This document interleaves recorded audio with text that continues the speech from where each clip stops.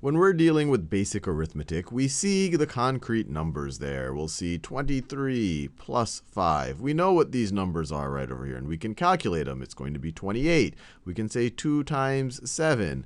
We could say 3 divided by 4. In all of these cases, we know exactly what numbers we're dealing with. As we start entering into the algebraic world, and you probably have seen this a little bit already, we start dealing with the ideas of variables. And variables, there's a bunch of ways you can think about them, but they're really just values in expressions where they can change. The values in those expressions can change. So for example, if I write x plus 5. This is an expression right over here.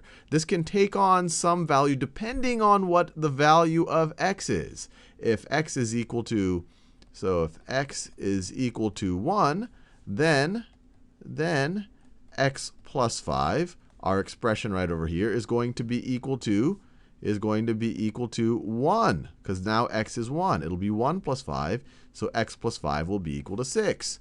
If x is equal to, I don't know, -7, then x plus 5 is going to be equal to, well, now x is -7. -7 is going to be -7 plus 5, which is -2. So notice, x here is a variable. X here is the variable, and its value can change depending on the context. And this is in the context of an expression. You'll also see it in the context of an equation. It's actually important to realize the distinction between an expression and an equation. An expression is really just a statement of value, a statement of some type of quantity. So this is an expression. An expression would be something like what we saw over here.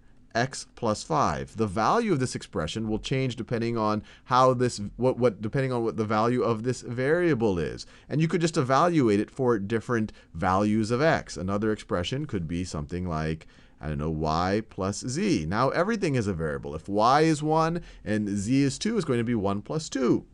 If y is 0 and z is -1, it's going to be 0 plus -1. These can all be evaluated, and they'll essentially give you a value depending on the values of each of these variables that make up the expression. An equation, you're essentially setting expressions to be equal to each other. That's why they're called equations. You're equating two things. An equation, you'll see one expression being equal to another expression. So for example, you could say something like x plus 3 is equal to 1. And in this situation where you have an equation with where you have one equation with only one unknown, you can actually figure out what x needs to be in this scenario. And you might even do it in your heads. What plus 3 is equal to 1?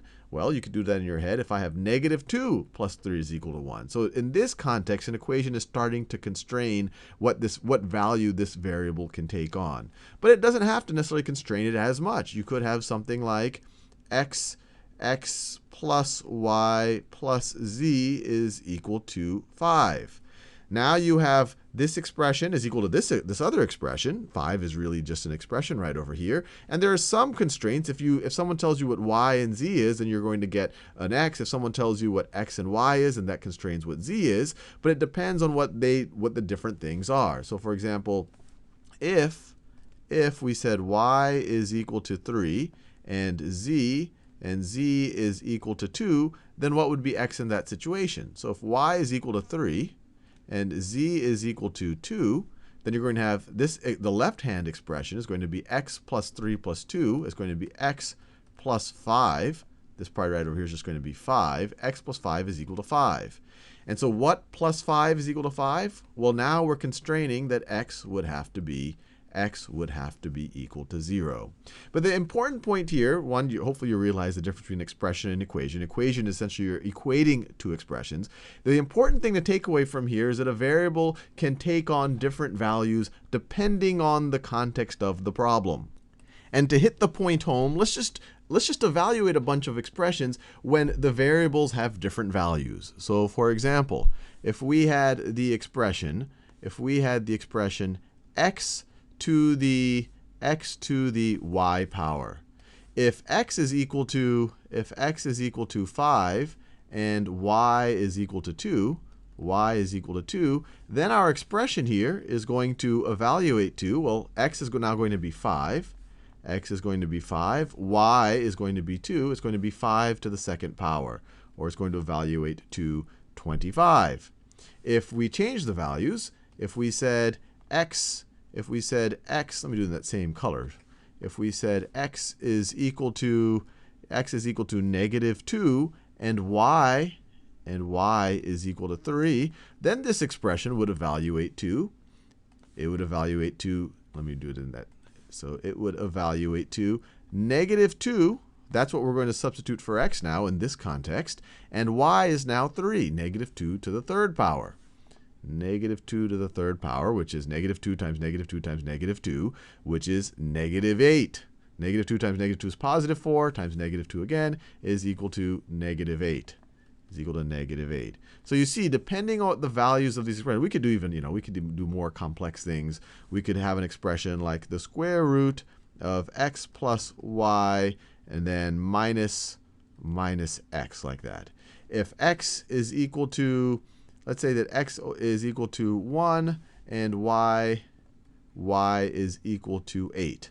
Then this expression would evaluate to, well, every time we see an x, we want to put a 1 there. So we would have a 1 there, and you would have a 1 over there. And every time you see a y, you would put an 8 in its place. In this context, we're setting these variables. So you'd see an 8. So under the radical sign, you would have a 1 plus 8. So you would have the principal root of 9, which is 3. So this whole thing would simplify. In this context, when we set these variables to be these things, this whole thing would simplify to be 3. 1 plus 8 is 9. Principal root of that is 3. And then you'd have 3 minus 1, which is equal to 2.